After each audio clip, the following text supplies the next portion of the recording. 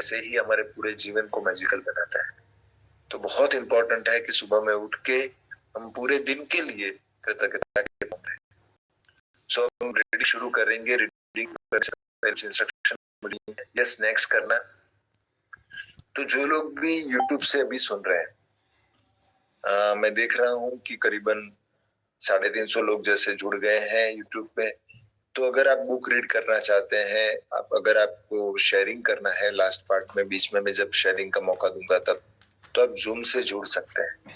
Zoom में अभी भी यहाँ पे जगह बाकी है, तो जिम की लिंक जो है वो यूट्यूब पे तो रखी जाएगी, लेकिन आप टेलीग्राम ग्रुप में नहीं जुड़े हैं तो टेलीग्राम ग्रुप में जुड़ जाइए, तो वहीं से आपको हर रोज मौका मिल जाएगा। नेक्स्ट करिए। जो लोग रीड करना चाहते हैं उनके लिए कोच फॉर लाइफ ने कुछ रूल्स बनाए हैं, तो जो लोग ये रूल्स फॉलो कर सकते हैं वो लोग अपना हैंड रेस कर सकते हैं। सबसे पहले आपके पास मैजिक की हिंदी बुक होनी जरूरी है, जादू। आप हिंदी का बोलने का आपका एक्सपीरियंस होना चाहिए। आप पर्याप्त ऊंची आवाज में बोल सके, आप खुद समझ के बोल सके, ताकि सभी लोग अच्छे से इसको समझ पाए। कृतज्ञता शब्द अच्छे से बोल पाए। आपका नेट कनेक्शन अच्छा हो, आपके आसपास कोई शोर ना हो, कोई रुकावट ना हो। कैमरा आपका ऑन, ये इंपॉर्टेंट है। आपके नाम के पीछे, शुभ नाम के आगे शहर का, गांव का नाम लिखा होना चाहिए, और आप एक अच्छे उचित पोशाक में होने जरूरी है। सो जो लोग भी ये कर सकते हैं वो अपना हैंड रेस जरूर से करें। आज का सेशन मेरे हिसाब से one of the most important session है। आज के सेशन में हम हमारे संबंधों के बारे में देखने वाले हैं, जिसकी वजह से हम दुखी हैं, और ऐसे संबंधों को कैसे ट्रांसफॉर्म करें, वो आज के सेशन में हम सीखेंगे।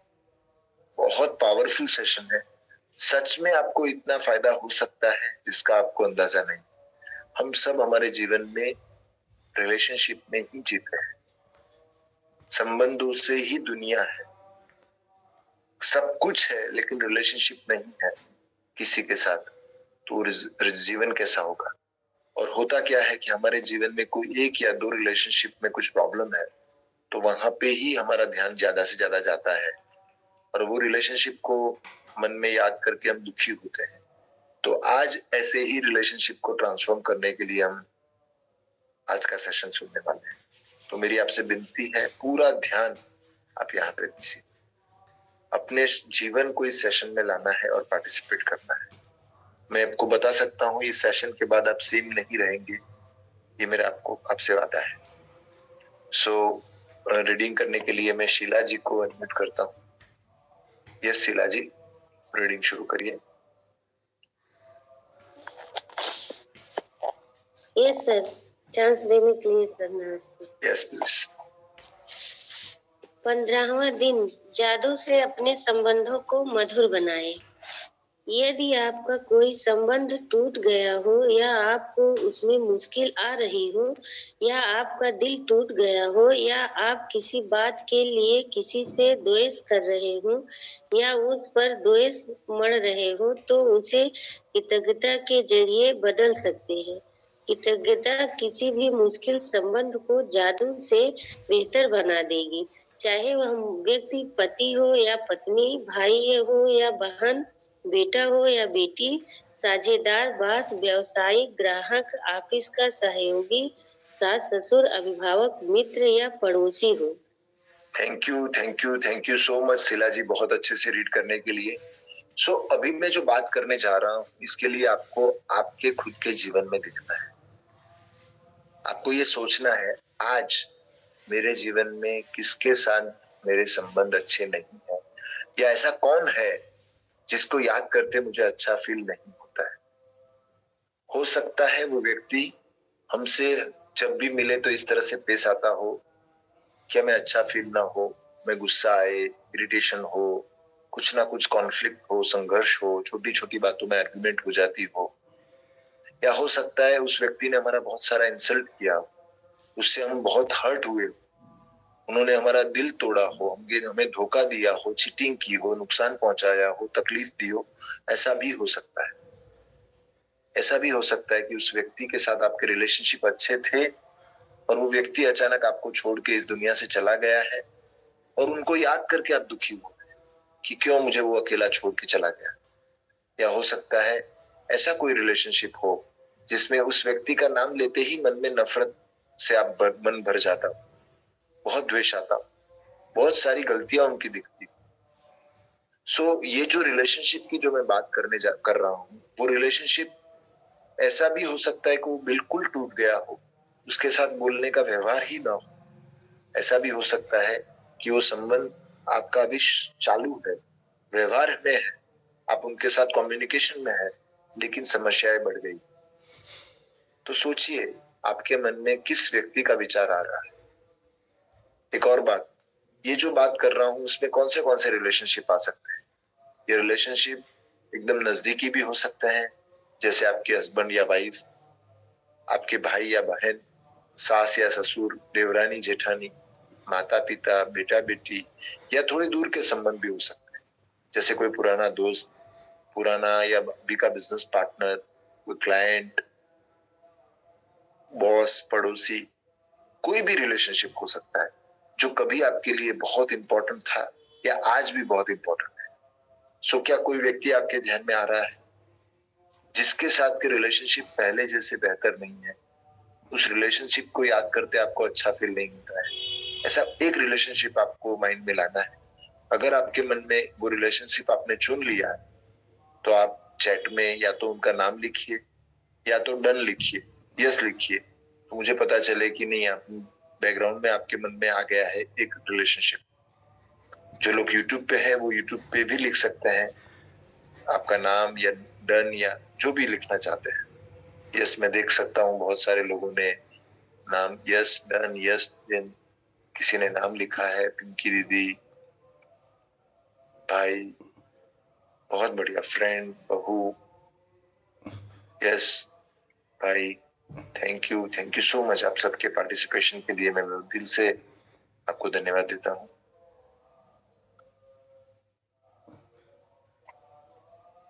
आज का सेशन, इसके साथ मैं शेयरिंग का भी मौका देना चाहता हूँ। किसी एक हाथ मिल, जिन्होंने हैंड रेज ऑलरेडी किया है वो हाथ हिला के बताए, या फिर आप शेयर करना चाहते हैं कौन सा रिलेशनशिप है उसके बारे में। अगर आपको कुछ कहना है तो आप मुझे शेयर करके बता सकते हैं।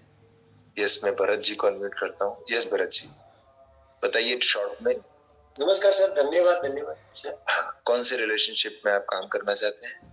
सर मेरे जो परिवार के साथ जो हमारा रिलेशन है सर, वो बहुत ही मेरे साथ बिगड़ा हुआ है। मुझे वो सुनना नहीं चाहते। मेरी कोई भी बात करते हैं तो वो लोग मुझे बिल्कुल सुनते नहीं है सर। मुझे या तो स्पेसिफिक कौन से व्यक्ति के साथ बात कर रहे हैं? मेरी सिस्टर है, और अभी तो सभी जगह पे रिलेशन खराब है। यानी कि मेरी मम्मी भी मुझसे बात नहीं करती, मेरा भाई भी मुझसे बात नहीं करता, मेरी बहन भी बात नहीं करती। ओके, एक व्यक्ति को लेना है तो किसको लेंगे आप? मेरी दीदी को, पिंकी दीदी को। ओके ठीक, perfect, thank you so much. Yes Anil भाई, आपने हाथ हिलाया था शायद। यस सर, मैंने मेरे बेटे के लिए सोचा है। बहुत बढ़िया, थैंक यू सो मच। जैसे भरत भाई ने शेयर किया उनकी दीदी का नाम, अनिल भाई ने शेयर किया बेटे का नाम, तो जब अनिल भाई सुन रहे हैं पूरा सेशन तो बेटे को बैकग्राउंड में रख के सुनिए। भरत भाई सुन रहे हैं तो उनकी दीदी को ध्यान बैकग्राउंड में रख के सुनिए। ऐसे आप सब लोग जो भी आपने नाम सुना है, नाम सोचा है, उसको बैकग्राउंड में रख के आप आज का सेशन सुनना है। अगर आप ऐसा नहीं करते और केवल कोई बैकग्राउंड में रख के नहीं सुनेंगे तो एक कथा सुन रहे ऐसा हो जाएगा, एक टीवी की सीरियल देख रहे हैं ऐसा हो जाएगा। उससे आपको कोई वैल्यू नहीं मिलेगी।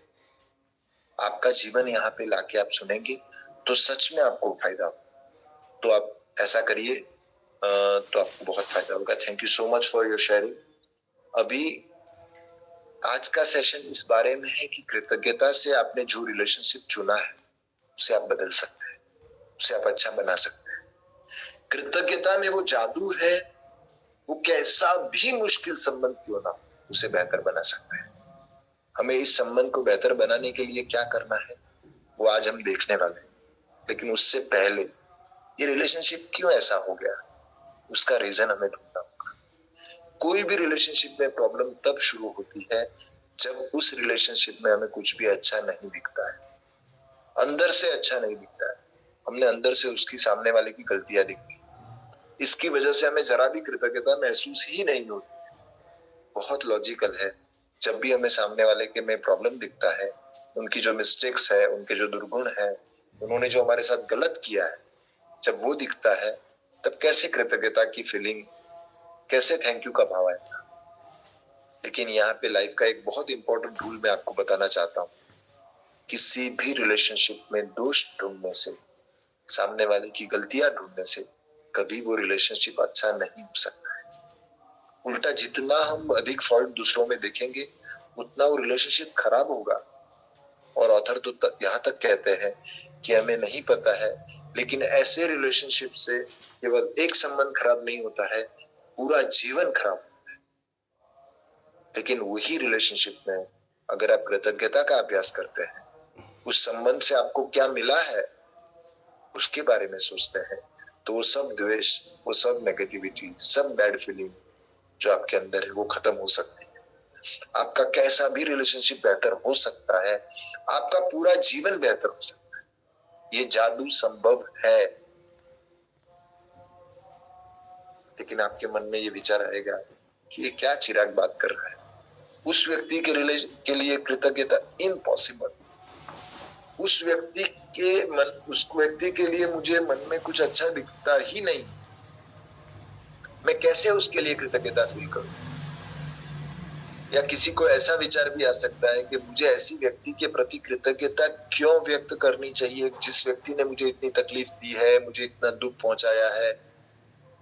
ऐसे विचार आपको आना बहुत स्वाभाविक है, ऐसे फीलिंग आना बहुत स्वाभाविक है। लेकिन आज के सेशन में हम यही समझने वाले हैं कि क्यों हमें ऐसी व्यक्ति के प्रति कृतज्ञता का अभ्यास करना चाहिए। एक सबसे इंपॉर्टेंट बात मैं बताने जा रहा हूं जो हम सबको गेट करनी है। हमें ऐसी व्यक्ति के प्रति कृतज्ञता इसलिए व्यक्त करनी चाहिए, वो ऐसा काम सामने वाले के लिए नहीं करना है, हमारे खुद के लिए करना है। मैं रिपीट करता हूं, हमें ऐसे संबंध में कृतज्ञता का भाव लाने का काम वो सामने वाली संबंध के लिए, सामने वाली व्यक्ति के लिए नहीं करना है, हमारे खुद के लिए करना है। इसी बात को ऑथर बहुत अच्छे से समझाते हैं, बहुत इंपॉर्टेंट है। आप ध्यान से सुनिए। मैं सरोज जी को अनम्यूट करता हूं जो हिमाचल प्रदेश से है। यस सरोज जी। धन्यवाद धन्यवाद धन्यवाद। असल में जब हमारा सामना किसी मुश्किल सबक से होता है या उसमें कोई चुनौतीपूर्ण स्थिति आती है तो लगभग हर मामले में हम सामने वाले के प्रति जरा सी भी कृतज्ञता महसूस नहीं करते हैं। इसके बजाय हम संबंधों की समस्याओं के लिए सामने वालों पर दोष मढ़ने में जुट जाते हैं और इसका अर्थ ये है कि हमारे मन में रत्ती भर भी कृतज्ञता नहीं होती है। दरअसल दोष देने से कभी कोई संबंध बेहतर नहीं हुआ है और इससे आपका जीवन कभी बेहतर नहीं बनने वाला। वास्तव में आप जितना अधिक दोष देते हैं संबंध उतना ही ज्यादा खराब होता जाता है और आपका जीवन भी उतना ही ज्यादा खराब हो जाता है। चाहे वह संबंध वर्तमान का हो या अतीत का। यदि आप किसी दूसरे व्यक्ति के प्रति दुर्भावना रखते हैं तो कृतज्ञता का अभ्यास करने से ये भावनाएं खत्म हो जाएंगी। आपको दूसरे व्यक्ति के प्रति अपनी बुरी भावनाओं को हटाने की जरूरत क्यों है? क्रोध करना एक सुलगते अंगारे को पकड़ने जैसा है जिसे आप उठाते तो किसी दूसरे पर फेंकने के इरादे से हैं, लेकिन जलते आप ही हैं। गौतम बुद्ध लगभग 563 ईस्वी पूर्व 483 ईस्वी पूर्व। किसी दूसरे व्यक्ति के प्रति बुरी भावनाएं आपके ही जीवन को जला देती हैं, लेकिन कृतज्ञता उन भावनाओं को खत्म कर देती है। Thank you so much Saroj ji, बहुत अच्छे से आपने रीड किया।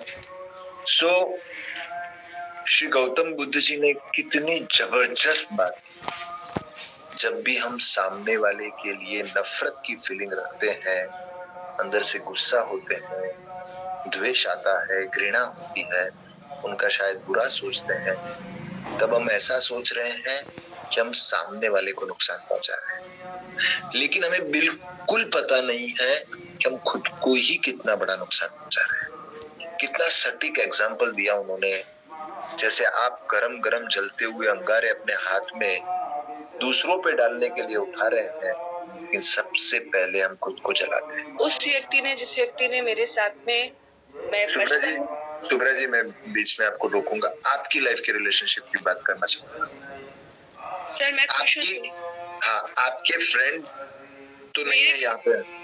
मेरे को उस व्यक्ति के प्रति मन में घृणा है, क्योंकि उन्होंने एक बच्ची के साथ में इस तरह से ट्रीट किया, और बहुत करीबी होते हुए। हाँ, सो व्यक्ति आपके रिलेशनशिप में है जी। आप रोज मींस रेगुलरली उनको देखते हैं, मिलते हैं? मैं नहीं मिलती हूँ, पर जब भी देखती हूँ उनको, महीना, 2 महीना, 3 महीना में, तो मुझे उनके प्रति अच्छी फीलिंग नहीं आती है। ओके फाइन, बहुत बढ़िया। चैप्टर के साथ मेरे को सिर्फ कोई व्यक्ति दिमाग में आते हैं, राइट, मैं उनके लिए कितनी अच्छी फीलिंग लाऊं। राइट। सो मैं पहली बात तो है, मैं चाहता हूँ कि आप हम इसके बारे में भी बात करेंगे, लेकिन मैं चाहता हूँ सबसे पहले आप ऐसे रिलेशनशिप को लीजिए जो सच में बहुत करीबी है, आपके नजदीकी है, क्योंकि वो हमारे लिए इम्पोर्टेंट है सबसे ज्यादा। दूसरा, अभी इस व्यक्ति के प्रति आप जब भी मन में फीलिंग रखते हैं, उन्होंने गलती की है, कोई ऐसा उस पल में ऐसा कुछ हुआ होगा, या उनकी ऐसी समझ होगी जिसकी वजह से उन्होंने उसका ऐसा कोई संस्कार होगा जिनकी वजह से उन्होंने आपकी फ्रेंड के साथ ऐसा दुर्व्यवहार किया, और वो जो भी हुआ वो हो चुका है, वो खत्म हो चुका है। आज उनको याद करके, उनको तो कुछ पता भी नहीं, वो तो अपनी जिंदगी मस्ती से जी रहे हैं आज भी।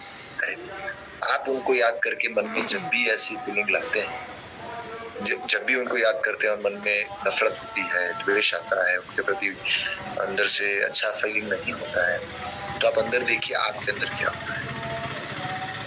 आप अच्छा फील नहीं करते, आप दुखी होते हैं, राइट? आप उनको माफ करेंगे तो सबसे आप फ्री होंगे। फ्री आपको होना है, और जब आप अंदर उनको याद करके अंदर आपको नेगेटिव फीलिंग आती है, तब आप अंदर से जलते तो हैं, दुखी तो होते हैं, और पूरे ब्रह्मांड से ऐसी ही वाइब्रेशन आप अट्रैक्ट करते हैं दुखी होने की। सो उनको माफ करना, उनके प्रति करुणा का भाव रखना, कंपैशन का भाव रखना। कैसे संस्कार थे जिन्होंने ऐसा किया, तो उनका भला, उनका मंगल, जो हो चुका है वो हो चुका है, वो आपके लिए अच्छा है, राइट? तो आज के सेशन में हम इसको समझेंगे और ज्यादा बेहतर तरीके से। Okay, thank you so much. So ये केवल शुभ्रा जी की बात नहीं है, हम सबको इस चीज ऐसे ध्यान में रखना है। तो ऐसा नहीं करके, आप उनको माफ नहीं करके, हम खुद को ही नुकसान कर रहे हैं, और माफ करके हम फ्री हो रहे हैं। सो आपको ऐसा लग सकता है, किसी को ऐसा लग सकता है, मान लीजिए शुभ्रा जी की फ्रेंड यहाँ पे सुन रही है, तो उसको ऐसा लग सकता है कि इस व्यक्ति ने ऐसा अन्याय किया है। मिलियन से ज्यादा लोगों ने इस वीडियो को देखा है। Yes please. Forgiveness. I believe there are 3 major powers you gain when you forgive someone, and the main power is that you lead a happy and healthy life. Yes, it is about you. When you forgive someone, you are healing yourself, your mind, your body, and your soul. The second power I feel you gain is that when you forgive someone, you are coming out of their control. You stop being their victim, and I can say this because I have an experience. I was rejected from a school level quiz competition because I wasn't the topper of my class. To everyone who's seated here who has faced partiality, I just have 2 choices for you. This was the choices my mother gave me. She told me, if you want to come out of the situation, you have 2 choices, Ashwini. You have 2 choices.